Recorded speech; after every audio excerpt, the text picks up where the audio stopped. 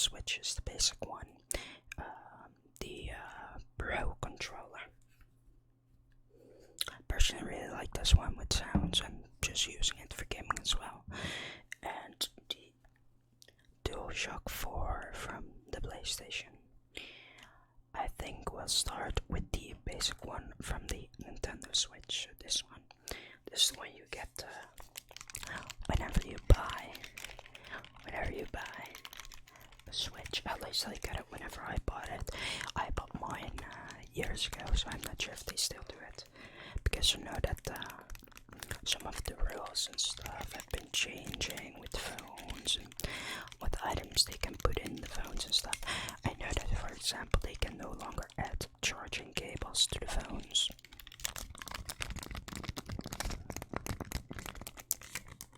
Because I think the reason why is because most people already have a charger. So in Europe, at least the laws like, hey, you can no longer have a charger there because else it will be too much wasted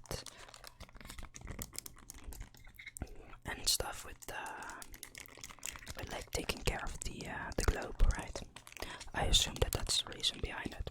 I don't know specifically what. But hey,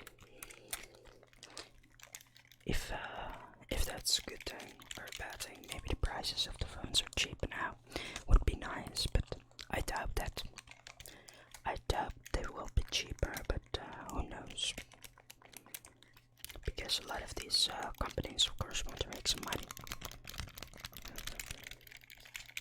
So I can definitely understand that. I know that some companies already didn't add charging cables because it's way to save some money for them, which means that they make like a little bit of extra money, and of course they can do that with being taking care of the globe as well, so that other people will invest more in their company. I know that some companies do that, which definitely smart business move. It's a smart business move by them. A smart one.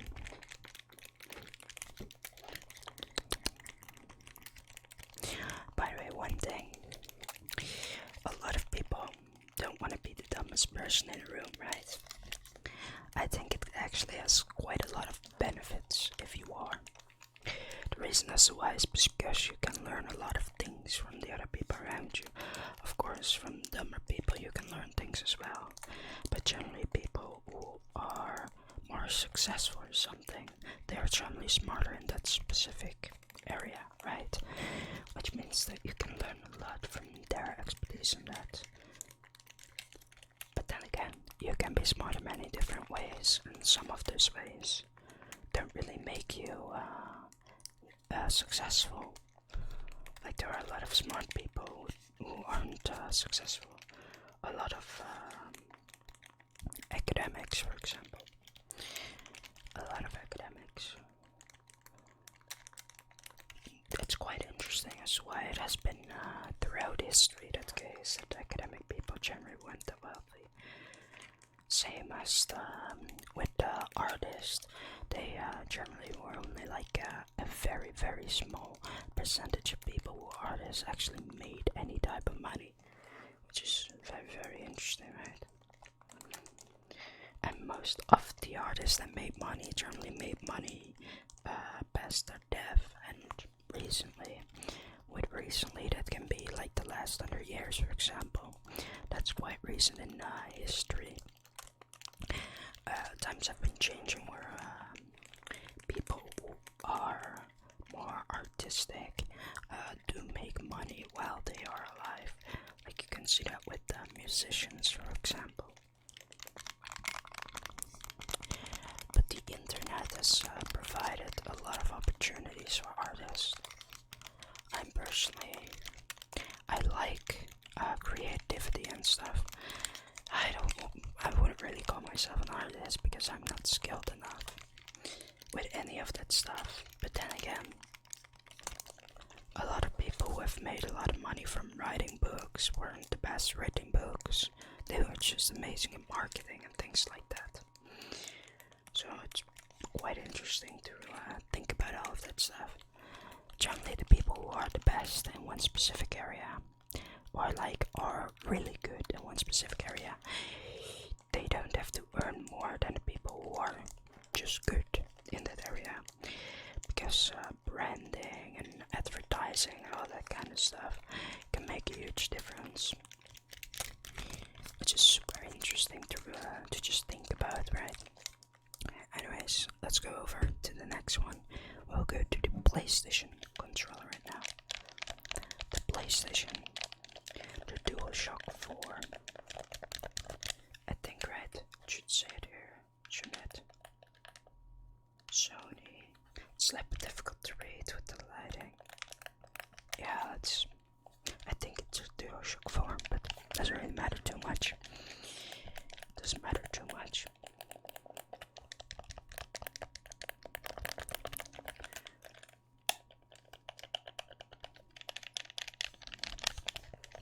But yeah, I just don't really like to think about. I really like reading books and stuff about successful people and about history as well. And you can learn a lot of interesting things about it, and you can come up with a lot of conclusions about it. And that's like the fun thing about it, really. Like we can read both the exact same thing, but you'll have a different conclusion than me. That's the same thing as with like music, for example. Like if someone writes a poem or a song or whatever, like the meaning of that is different to each person depending on how they, like what type of world they live in. With that I mean, like, for example, the personality, how they grew up, etc., etc. A lot of different things. But it just depends on how they interpret it. I just think it's so interesting to see. Everyone has a different interpretation of it. That's something I really like about art, is that for everyone it's a bit different. A bit different.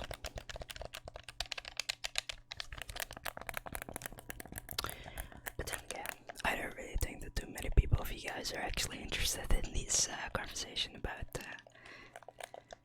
history and stuff.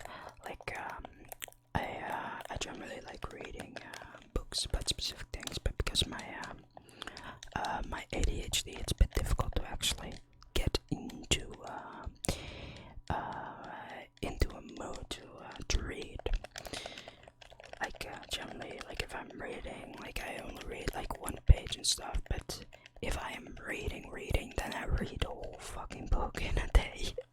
Like it's crazy, man. It's crazy sometimes. Like it just depends really on like if I can get into the book or not. And sometimes again, and that's like the perfect time.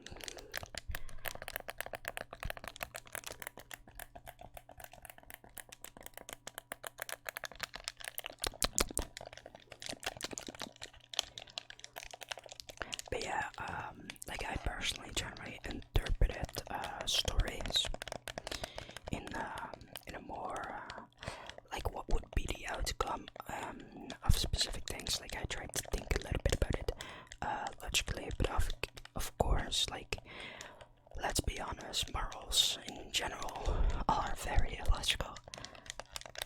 Like the only reason why morals exist is because why not, really? Like there is no real reason for morals to be there. Because like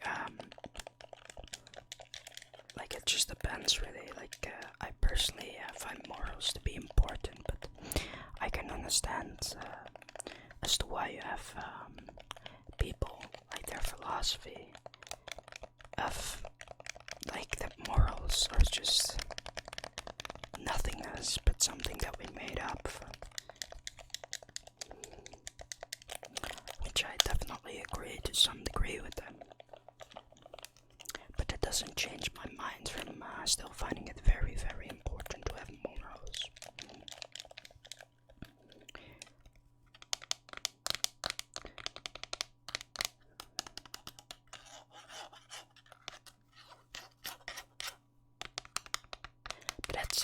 good thing, right? Like, even though we have such a different philosophy and morals, I still agree with them to some degree, right? And that's something that I really like about philosophy. Like, even the person who has completely different philosophy than you'll still have like some type of common ground with each other. That's personally what I really, really like about philosophy.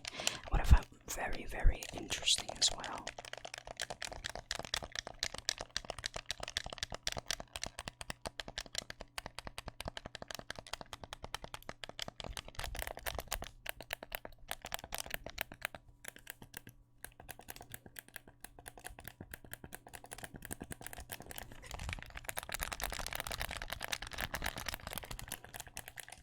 But yeah, everyone just has their own opinion about those kinds of things. And personally, what I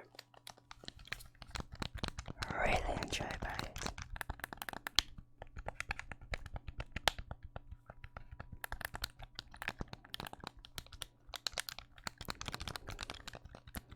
By the way, what type of games do you guys like to play in general? Like, if you play games, of course. I know that the percentage of viewers that I have tend to be about 70% male, 30% female, which is actually pretty high. Like, I would not have expected to have that much female audience. Because generally, like, if I look at some other YouTubers, like for example, I only watch one Dutch YouTuber, but Serpent Gameplay. Like, he has, I think like only 8% female audience or something like that. And it could be because he's in the gaming niche and stuff, the ASMR niche. But yeah, like just in general, if you look at the other people who I personally watch, right, they generally tend to have a higher, like a really high male audience and a very, very small female audience, which I think is very, very interesting. But then probably if you do like a makeup type of channel, you'll have a higher female percentage than males. Of course, unless you're in a very specific niche with makeup. Like, maybe like Jake Monroe has closer to like 50% males and females. But I wouldn't really know. I haven't watched them in a very, very long time. I used to watch him when he did like some vlogs and stuff. Now he does different type of content.